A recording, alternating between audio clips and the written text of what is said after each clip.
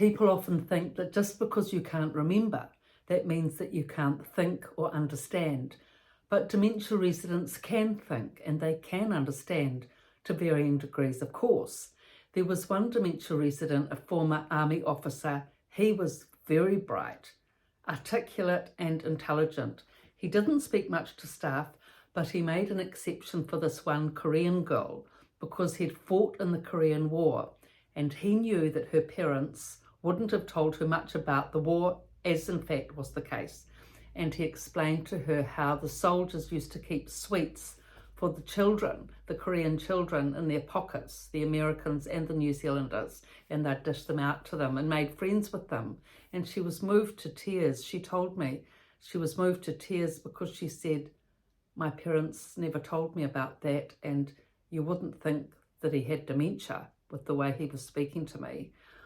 And so that was a very clear example that dementia residents can think and understand, even though they have a poor memory. And he had poor present memory, but he was very intelligent in his thinking and his cognition.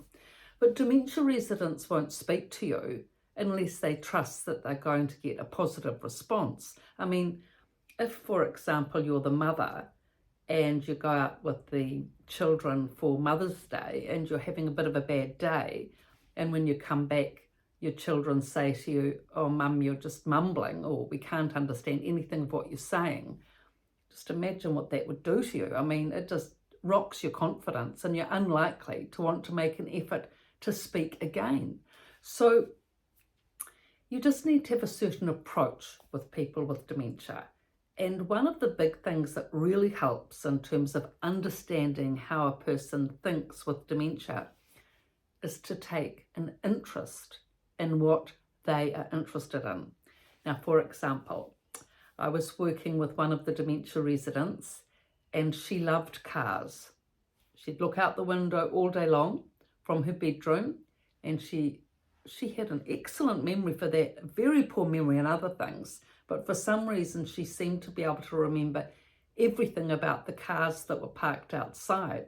She'd had a blue Mini most of her life, or other Minis as well, and she'd lived on a farm, travelled a lot in the car to and from town, and really loved driving.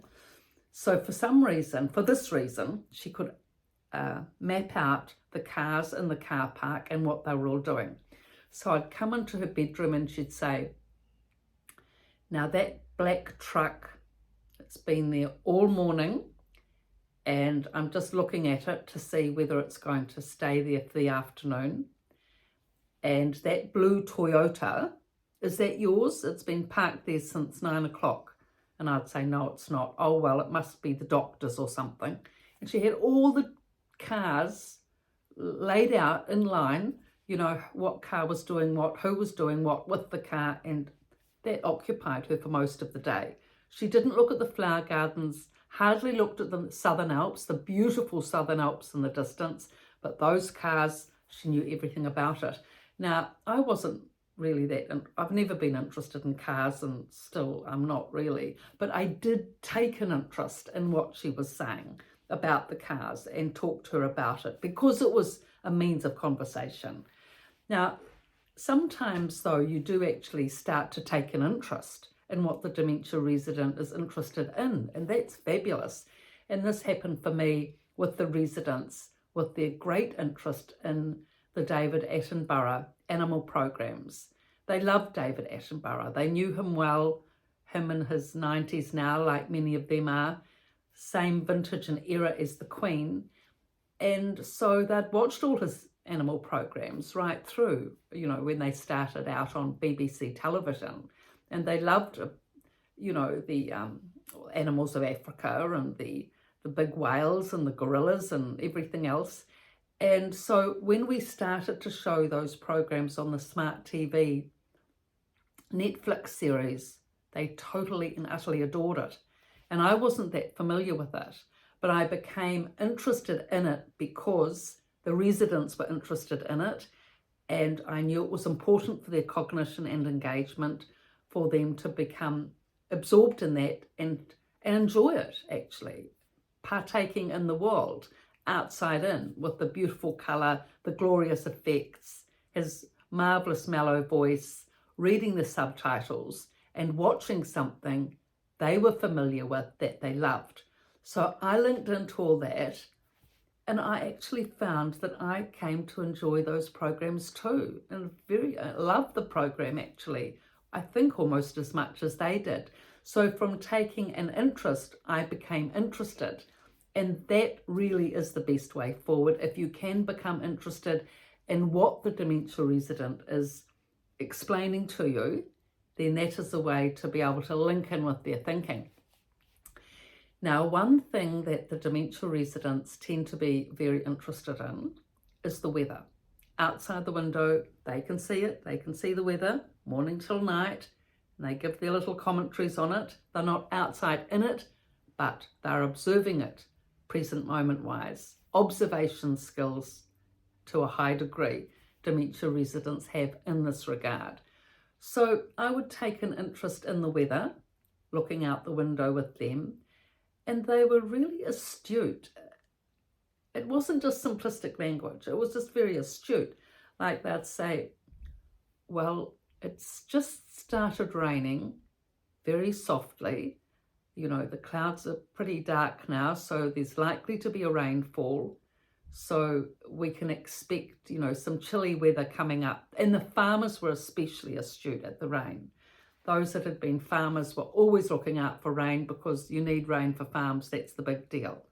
And of course, sunshine and summer and all of that, and all the memories that go with that, Christmas and holidays, etc. You could link into that with the weather. So there's lots of link-ins that you can make with the various interests that the dementia residents are thinking about. But thinking they can do, but they won't really allow you to be privy to that unless they have trust that you will give a positive response to their efforts to communicate with you. So it's just really a matter of respect, you know, respecting the person, respecting what they have to say. I mean, it may not be perfect all the time, but you can sort of work through it with them and find out what it is they're thinking about and wanting to say to you, and being observant with them and taking an interest especially in what they're saying. And then you'll find that you can link in with their interest and link in with what they're thinking, and it becomes very enjoyable. I had many enjoyable conversations with the dementia residents, both singly and as a group, and became vastly, my range of topics that I became interested in were really increased from working in the dementia unit. I mean, I'd always loved history, but I'd never been into animals or David Attenborough. It was a wonderful thing to be able to become engaged in. And I've continued that actually, being interested in the animals of Africa, as of course Granny is, you know, with the characterizations I do. So I've written about these topics and more with the two books, The Resident's Voice from a Dementia Unit and The Resident's Rise from a Dementia Unit. Now these books give the dementia residents experiences of living in a dementia unit, all their challenges, how they overcome the challenges, and also, very importantly, what it is that they need as resources to live in a dementia unit and have a quality of life there. They have explained that to me generously. They gave me so much information, these people, because I knew it was important.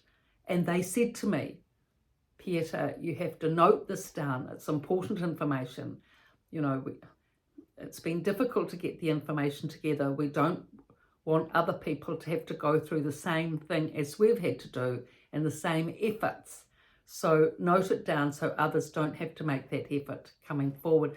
So these books are on Amazon and my website, pietavalentine.com. So thank you for your interest and your likes, and please subscribe. Thank you.